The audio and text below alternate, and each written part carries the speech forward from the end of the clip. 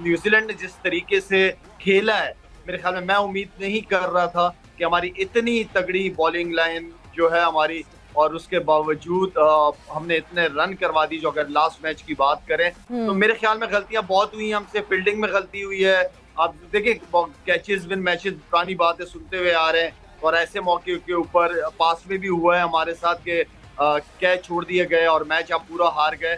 And then फिर आपकी इतने तगड़ी बॉलिंग लाइनअप, ऐसी फास्ट बॉलिंग, ऐसा पेस बड़े कम टीमों के पास है। लेकिन उसके साथ जो है वो वेरिएशन सबसे ज्यादा इंपॉर्टेंट चीज है, जो मैं हमेशा से कहते हुए आया हूँ। हमारी शुरू से स्ट्रेंथ रही है सवेरा यॉर्कर्स। हमेशा हमारी फास्ट बॉलर, अगर आपके पास अच्छा पेस है तो आपके पास यॉर्कर या लेंथ बॉल को मारना मेरे ख्याल में कोई इजी नहीं है। तो हम कंसिस्टेंट नहीं थे अपनी लाइन और लेंथ में। अगर मैं शाहीन की बात करूं, शुरू के 2 ओवर ठीक है, अच्छे किए, लेकिन जहां पे उसको मैच जितवाना चाहिए था, जहां पे अच्छी बॉलिंग करनी चाहिए थी, वहां पे उसका जो एरिया था वो बहुत ही गंदा एरिया था। बहुत ही गंदी जगह पे बॉलिंग की है। ना वो प्रॉपर यॉर्कर थी, ना वो प्रॉपर लेंथ बॉल थी। हारिस रऊफ का भी यही है। एहसान, चलो एहसान का तो थोड़ा सा आप दे दो कि अभी नया नया उसका क्रिकेट शुरू की है, लेकिन मेरे ख्याल में अगर शादाब की भी मैं बात करूं साथ में, तो शादाब की परफॉर्मेंस को हमेशा मैं बहुत हाईली रेट करता हूं, इसलिए कि 6-7 ओवर के बाद आता है, वो मिडिल में ओवर करता है, वो बहुत इंपॉर्टेंट ओवर होते हैं। और शादाब को मैं काफी अरसे से देख रहा हूँ कि वो अगेंस्ट द लेफ्ट हैंडर्स वो कंफर्टेबल फील नहीं करता। इवन के इमाद वसीम भी लेफ्ट हैंडर को वो कंफर्टेबल कभी भी फील नहीं करता, लेकिन कल के मैच में उसने फिर भी अच्छी बॉल कर ली। तो मेरे ख्याल में शादाब के ऊपर जिम्मेदारी, उसकी परफॉर्मेंस हमेशा से बड़ा इंपॉर्टेंट रोल अदा करती है। तो शादाब अपने आप को एज अ बैट्समैन के तौर पे अपने आप को थोड़ा सा साइड पे करे और बॉलिंग पे ज्यादा फोकस करे। उसकी स्ट्रेंथ उसकी बॉलिंग है, वो शाहिद भाई में रहेगा तो अपनी अच्छी बॉलिंग की वजह से ही रहेगा। बिल्कुल, वेरी ट्रू। शाहिद भाई, बाबर की कप्तानी को किस तरह रेट करेंगे? बिकॉज उन्होंने कहा कि हम 10-15 रन शॉर्ट थे, हालांकि 193 रन पाकिस्तान ने स्कोर किए। हमने देखा था इन पिचेस पे ही पेशावर ज़ल्मी की कप्तानी करते हुए भी बाबर जो है वो 200 रन डिफेंड नहीं कर पाए थे। सो आप किस तरह रेट करेंगे बाबर की कप्तानी को कल के मैच में भी और ओवरऑल सीरीज में? यार मेरे ख्याल में तो इतने तगड़ी बॉलिंग लाइनअप के साथ मैं तो समझता हूँ इस बॉलिंग लाइनअप के साथ 160-70 रन भी दूसरी टीमों को नहीं करने देने चाहिए। देखिए बाबर क्योंकि मेरे ख्याल में 3-4 साल हो गए कंटिन्यू पाकिस्तान टीम की कप्तानी किए जा रहा है। आई नो थोड़ा सा जो एज अ कैप्टन जो लर्निंग प्रोसेस है वो थोड़ा सा स्लो है। इंशाल्लाह मैं समझता हूँ कि अब ज्यादा गलतियों की गुंजाइश उसके पास भी नहीं है। अगर कल की बात करें या उससे पहले के मैच की बात करें, तो मेरी बाबर से बात हुई थी कि बैटिंग ऑर्डर जो इफ्तिखार 8वें नंबर पे आया था, तो उससे मेरी यही बात हुई थी कि आपके जो जेन्युइन बैट्समैन है उन्हें मौका दें, उनको ऊपर खिलाएं और ताकि उनके पास ओवर्स हो। तो क्योंकि वो इफ्तिखार आपके पास है तो आप शादाब को भेज रहे हो, आप शाहीन को भेज रहे हो। आई मीन वो समझ नहीं आ रही थी मुझे सोच। देन लास्ट मैच में मैं समझता हूँ कि 2 डिसीजन उसके अच्छे थे कि इफ्तिखार को अपने नंबर पे उसने बारी कराई। एंड देन इमाद वसीम जो नया बॉल से ही फायदा है इमाद वसीम का बॉलिंग करना, कि शाहीन के साथ अगर आप वो नया बॉल करता हो विकेट लेके देता, क्योंकि इमाद वसीम जो है वो नए बॉल से ही इफेक्टेड है और उसका फायदा उसी वक्त है कि वो नए बॉल से विकेट लेता है और काफी अरसे से नया बॉल कर रहा है। तो इमाद वसीम का रोल, वो जो डिसीजन था, वो मैं समझता हूँ कि दोनों मैचों के अंदर बाबर का अच्छा था।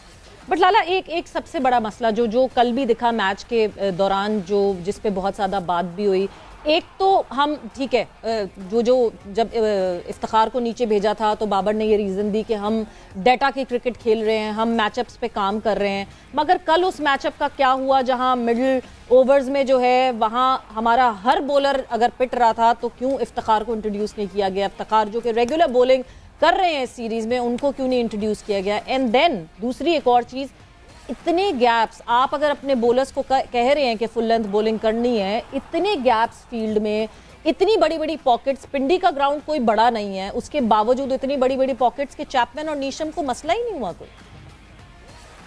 सवेरा आपने बहुत अच्छी बात की है, और क्योंकि मैच देख रहे थे तो जाहिर बात है अब 2 लेफ्ट हैंडर लगे हुए हैं, हमारे लेग स्पिनर, दोनों लेग स्पिनर लगे हुए थे, और आप देख रहे हो कि उन्हें रन हो रहे हैं, तो वाई नॉट। इफ्तिखार ने इससे पहले भी मैचेस में बॉलिंग की है अगेंस्ट लेफ्ट हैंडर्स और उसने बड़ा अच्छा बॉल की है। उसने जब भी मैंने उसको देखा उसने बड़ी अच्छी बॉलिंग की है। जैसे मोहम्मद हफीज का रोल बड़ा इंपॉर्टेंट होता था, तो वो जब भी खब्बे आते थे तो जो भी कप्तान होता था वो हफीज को लेके आता था। और मेरे ख्याल में देखें, कॉन्फिडेंस देना चाहिए। इफ्तिखार जो है वो आपका, मेरे लिए तो ये भी हैरत की बात है कि इफ्तिखार जैसे प्लेयर वनडे स्क्वाड के अंदर नहीं है, क्योंकि वो एक ऐसा प्लेयर है इस नंबर पे जो हिटिंग भी करता है, जो सेंसिबल इनिंग खेलता है, इनिंग को बिल्ड करता है, जहां जरूरत होती है सिंगल डबल, जहां छक्के चौकों की जरूरत है वो खेलता है, बड़े जबरदस्त खेलता है। तो मेरे ख्याल में उसका, मेरे लिए हैरत है कि वनडे के अंदर वो लड़का नहीं है। और साथ में देखिए सवेरा, यही वो चीजें हैं जो हम चाहते हैं कि बाबर जल्द से जल्द इंप्रूव करे। जो आपने फील्डिंग की बात की कि बॉलर्स अगर किसी लेंथ पे बॉल कर रहे हैं तो उस हिसाब से उनकी फील्ड जो होती है उस हिसाब से होना चाहिए। ये नहीं है कि आपका मिड ऑफ ऊपर है, एक्स्ट्रा कवर ऊपर है, एंड देन फिर आप आगे बॉलें कर रहे हो। तो आप बॉलर्स के साथ जो है वो कप्तान का जो प्लान है वो एग्जीक्यूट होना चाहिए। अगर आप ये नहीं है कि हम मीटिंगों के अंदर एक एक दो दो घंटे बैठे रहे, प्लान बनाते रहे और फिर प्लान को एग्जीक्यूट ना कर सके ग्राउंड के अंदर, तो फिर फायदा नहीं है इतनी लंबी लंबी मीटिंगें करने का।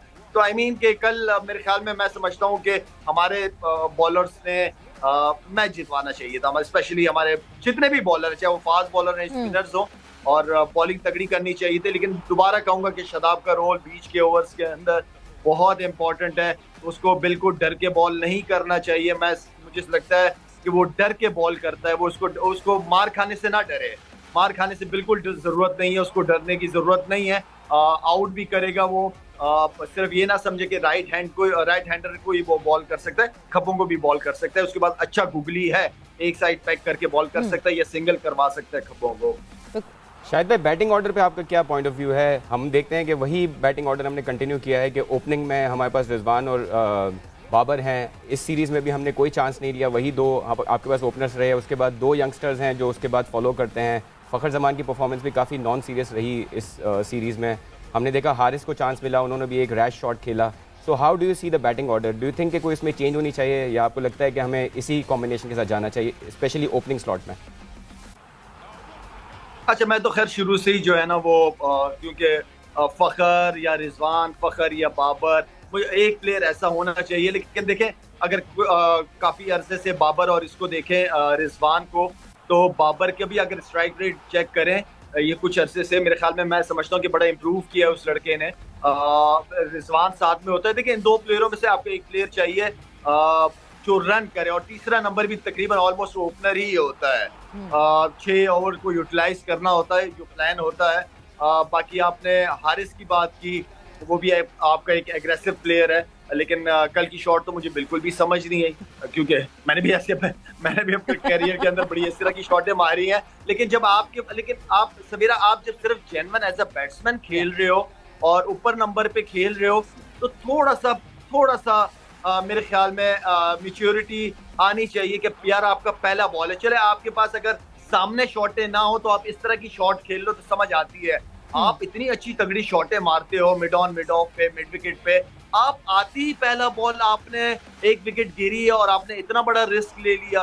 आई मीन कि आप खेलो तो सही ना, कुछ आप बॉल ही खेल लो सीधा एज अ बैट्समैन, क्योंकि आप जेन्युइन बैट्समैन हो, आपको एज अ बैट्समैन खिलाया जा रहा है। तो मेरे ख्याल में ये वो मौके हैं जो कि बैट्समैनों को जाया नहीं करना चाहिए। नो डाउट टैलेंट है, लेकिन टैलेंट को फिर परफॉर्म करके ही दिखाना पड़ेगा। अब जैसे वो नया लड़का था मार्क ने जो बैटिंग की है, नया प्लेयर है, मुझे नहीं पता कि उसने कितने T20 खेले, लेकिन ऐसी इनिंग अगर एक यंग लड़का आके खिलाता है कि मैच ही जितवा दे, और सारी जिंदगी उसकी यादगार ये इनिंग हो गई होगी पाकिस्तान की टॉप बॉलिंग के खिलाफ। तो इस तरह क्या हमारे पास नो डाउट टैलेंट है, लेकिन वो टैलेंट को जो है वो मौके भी मिल रहे हैं, तो उस मौके को मिस ना करें, जाया ना करें। मैं हमेशा से कहता हूं कि हमारे नए बच्चों पे ज्यादा से ज्यादा तवज्जो देने की जरूरत है।